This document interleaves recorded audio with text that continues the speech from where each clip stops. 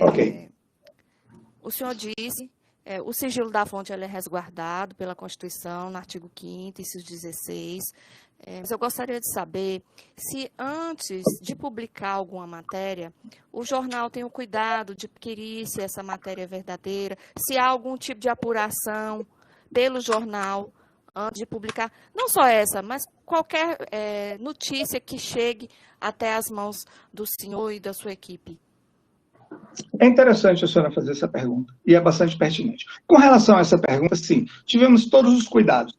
O primeiro cuidado que nós temos é de verificação da fonte. Por exemplo, nós temos fontes dentro do Ministério Público, né? Não sei se a senhora sabe, é normal membros do Ministério Público manterem relações com jornalistas e passarem informações que são pertinentes e de interesse público. Só para dar um exemplo, da Polícia Federal, da Justiça, da própria sociedade civil. As matérias, quando existe o sigilo da fonte, nós somos um dos poucos, ou talvez o único jornal no Brasil, que não apenas faz os relatos, mas busca consubstanciar em dados objetivos, documentos, porque prova só existe em autos de processo. O jornalista não prova nada, quem prova nós apresentamos fatos, relatos e documentos, todos dentro daquilo que o sistema de justiça nos permite, a legislação nos permite, e daquilo que é, por fim, o interesse público. Com relação à verificação, é até interessante, porque, veja bem, quando nós republicamos uma matéria, que é uma denúncia, que é apresentada pelo Ministério Público através da sua assessoria de imprensa, a verificação se dá em que sentido? De que nós acreditamos que o Ministério Público está agindo a lei corretamente. Então, assim, sim mas aí é uma replicação, né? É uma replicação de uma matéria que já foi vinculada ou então divulgada pelo próprio Ministério Público. Exatamente. Por exemplo, recentemente publicamos mas a minha pergunta é mais abrangente, Mas eu já acabei de explicar, volto a repetir. Nossa matéria, nós verificamos e sempre somos o único veículo. Há documentos aí que demonstram uma cadeia fática. O relato em si está consubstanciado em uma realidade objetiva. Agora, o que isso quer dizer ou não quer dizer, não cabe a mim. Não foi essa pergunta que eu fiz, senhor Carlos, não foi essa pergunta. Então, pergunta, por favor. Eu acho que é a emoção do momento. Não foi essa pergunta que eu fiz, senhor Carlos. Eu fiz uma pergunta mais genérica. Não foi nem em relação a esse caso. Foi uma pergunta generalizada. Quando o jornal vai publicar alguma matéria, o jornal tem esse cuidado de investigar. Hoje em dia, nós estamos aí vivenciando a era das fake news. Um exemplo, não estou dizendo que seja o caso ou não. Isso aí vai ser discutido nas alegações finais, certo? Mas é só a título de exemplo. O jornal, diante dessa chuva, dessa enxurrada de fake news que existe hoje, né? E muitas vezes as notícias que chegam até o jornal chegam acobertadas até mesmo pelo anonimato, não é? Isso eu acredito que seja comum. Então, o jornal toma o cuidado de, antes de publicar, averiguar se essa informação que foi prestada realmente condiz com a realidade ou não. Como é esse procedimento do jornal antes de, a partir do momento que recebe a notícia, até o momento em que a notícia é publicada? Bom, o procedimento é o seguinte: primeiro, a verificação da fonte, né? Nós recebemos da fonte relatos, e quando os relatos são extremamente complexos e sejam questões bastante delicadas, pedimos documentos para acostar, para que aquele relato que tem uma fonte sob sigilo possa estar consubstanciado em dados que possam ser verificados, entendeu? Então, é neste sentido.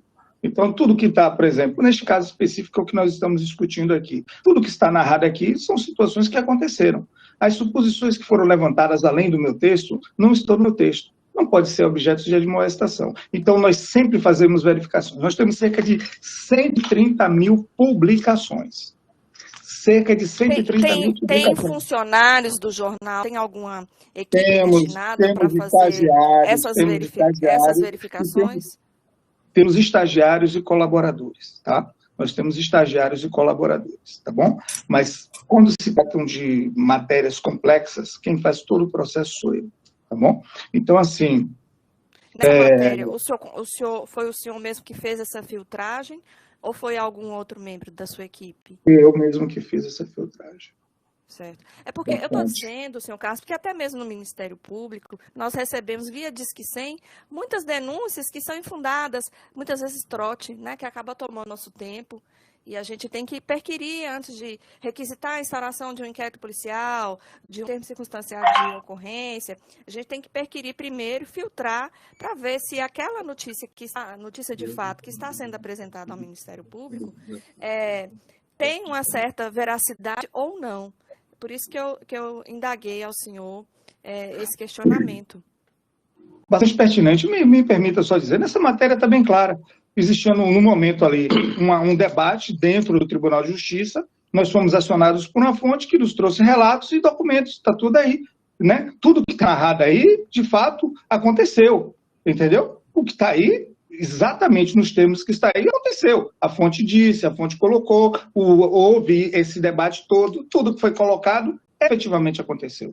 E eu gostaria até, me permita mais uma vez dizer, senhora, nós temos sim, muito pelo contrário, nós somos reconhecidos como um dos veículos de imprensa de maior credibilidade na Bahia. Fomos reconhecidos pelo Tribunal de Justiça da Bahia, assinado em ofício pelo desembargador Ezeval Rocha. O próprio Ministério Público já nos procurou para colaboração. Ainda essa semana publicamos uma matéria baseada em fonte, onde usamos a palavra nova e o Ministério Público emitiu uma nota dizendo, olha, não é nova ação, é a mesma ação. Imediatamente nós colocamos. E colocamos que nós erramos. Nós temos o cuidado sempre de sermos precisos. E não é incomum que pessoas insatisfeitas com aquilo que é publicado utilizem o sistema de justiça para nos admoestar. E semanalmente, quinzenalmente, mensalmente, anualmente, nós temos ganho ações judiciais e nossos advogados têm recebido honorários de sucumbência e nós estamos sendo indenizados, entendeu? Então, assim, porque é muito comum. Aliás, ainda ontem, nós somos membros do Sistema ONU de Comunicação. Então, é importante que eu diga isso à senhora. Ainda ontem, o secretário-geral da ONU, Antônio Guterres, falou que das novas formas de censura com relação à liberdade de imprensa através dos meios digitais. Entendeu? Então, assim, nós estamos bastante seguros. Eu tenho uma ampla formação intelectual, tenho uma formação jornalística, estudei com Domingos Meirelles um curso de jornalismo investigativo, sei o que faço e que assino, estou muito tranquilo com relação ao teor, e estou abismado, mais uma vez digo, que essa situação tenha chegado a esse ponto em um texto que não tem, objetivamente, eu não uso um adjetivo, não uso nada daquilo que se vem discutindo em termos de justiça. Ah, tem que caluniar, tem que difamar, não. Aí a pessoa interpreta, diz coisas que eu não disse, coloca coisas que eu não coloquei, entra em debates que não estão no texto. Ah, por que mudou, por que não mudou? Nada disso está no texto. O que está no texto é a denúncia da fonte, as afirmações da fonte que faz. E ainda tive todo o rigor técnico, supostamente, em tese, revelou. Quer dizer, pelo amor de Deus, usa uma linguagem sofisticada, rigor técnico e é admoestado. Quer dizer, eu estou assim, armado com tudo isso. Sim. Senhor Carlos, eu sei que é um direito constitucional, né, preservar o sigilo da fonte, mas eu pergunto ao senhor, o senhor poderia declinar qual seria essa fonte? É um direito do senhor não dizer. Não, me permita dizer, a senhora, neste momento, o que a senhora está falando é que é para que eu viole o meu próprio direito. Não, eu não estou dizendo, eu estou dizendo que o senhor pode não responder. Eu jamais entregarei qualquer fonte minha, entendeu? Sim. E só uma pessoa pode confirmar que é a fonte do jornalista, é o próprio jornalista. Tem um caso bastante conhecido, envolve senhor Carlos, nós temos mais 3 audiências. Que eu violasse o meu direito constitucional, que é o... Não, eu perguntei se o senhor poderia. Jamais, senhora.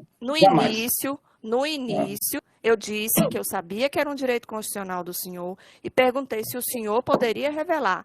E no fim da minha colocação, da minha indagação, eu ainda disse, é um direito do senhor não dizer.